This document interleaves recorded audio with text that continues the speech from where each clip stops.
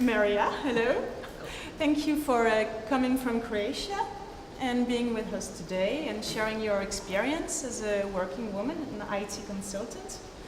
Can you tell us what studies you have taken and what is your job? Okay. Well, first, thank you for inviting me. My name is Marija Bajica. I studied mathematics and computer science at Zagreb University, and currently I'm freelance consultant in IT and project management. Project management was another skill set I added to be able to be a better person in what I do, to be more professional. And that is something that I do right now. There is a career of a mathematician and person that was doing a modeling in robotics I started with. And then there was a commercial career working for major IT vendor, IBM. There was a venture into entrepreneurship when I developed a piece of software with colleagues, and really that piece of software still works and brings money to whoever is using it, and it feels good to have a career like that. And now, being in a position to use competences to assist teams, projects to have better results. And did you always wanted to have that career when you were a young girl? Did you have a passion for a computer or mathematics, or what was the trigger? How did you get there?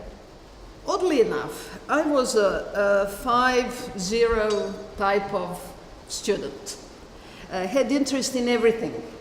I have diploma in cooking. I have diploma in drawing. Chemistry. Yeah. Chemistry part. And with having so many interests, it's very difficult to choose what to do in your life. There were two things that helped me to make a choice. And being a mathematician and computer person seems like the right thing I did.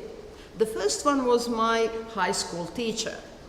He has a certain rule set from the day one. We all had to know everything to get a passing grade.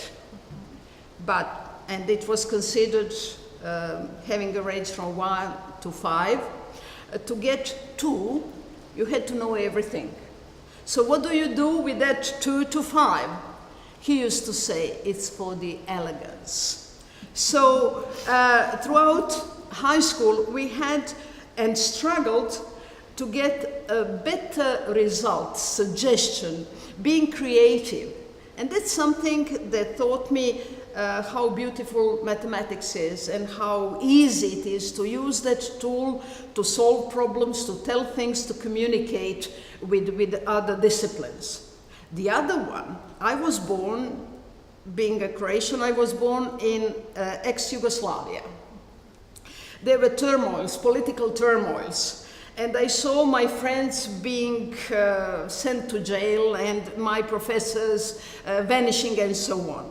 I was 15 when I made a promise to myself to choose something that will give me a freedom of choice, not to be dependent of politics, geography, or anybody's will. So that choice I made then enabled me to really choose where to live, what to work, and what results to aim for. And I'm really grateful that those things happen. So are we. To have you. So you've led an independent woman life. How did you manage to balance everything? Your job, family, maybe your all your leisures with cooking and so on. How did you manage to get everything? With difficulty, like everybody else. When I was young, I actually never thought of getting married and having children. It seems like a very difficult thing to do, and very dangerous, and something that I cannot possibly do as good as I wanted to. But then, you know, love gets in the way, and some other things help you to make up your mind. So I do have a husband, I do have a child, and then, well, it calls for compromises. You have to balance things. With women, nature helps that we do have energy. And what English say, when there is will, there is way. You balance, you work 24 hours a day, but then there is that warmth that waits for you when you get home, from work, from travels, and so on. It's like that one single stable point that makes everything having special sense. So today, if you met a young girl who doesn't yet know what she wants for a career or which discipline to turn to, what piece of advice would you give her? Oh, well, being a tutor in project management and actually volunteering on universities and so on, I meet with quite a lot of students. And there are summer schools and so on. There are more girls in universities and in STEM disciplines that it was the case when I started. Actually, on Meds there was not a single woman professor or assistant when I started studying. Things changed since then.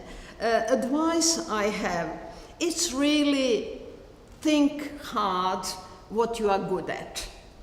And if that happens to be something that has to do with numbers, with perseverance of finding out why certain things are the way they are, go for it. There is a trace behind whatever piece of software I ever made in my life makes me proud thinking that it is still working. I can give you a fresh example as of this morning. In 2011, my team and I developed a piece of software, it's PRTR solution for neighboring Croatian country of Bosnia and Herzegovina. And they didn't have money then, it was an EU project, so we developed that. And they didn't pay for maintenance. The application worked for 7 years. Without maintenance? Yes. What a horrible thing. You know, develop something like that works. It's not good for commercial reasons. However, it did stop working a few weeks back.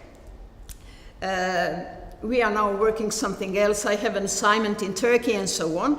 And they really begged, would you guys come and have a look?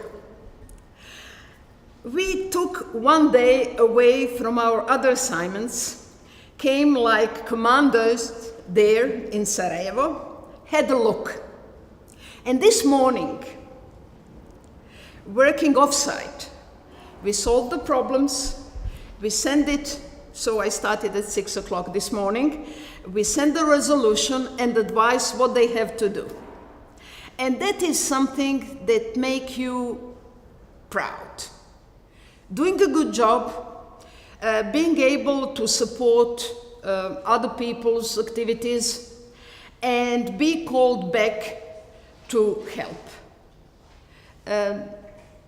There are other jobs and other disciplines that give that sort of gratification. But IT and computers being so omnipresent make it even more important.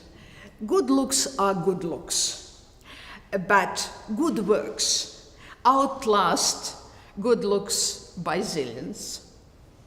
Amen. Yep. Thank you, Marija. Thank you very much. You're welcome.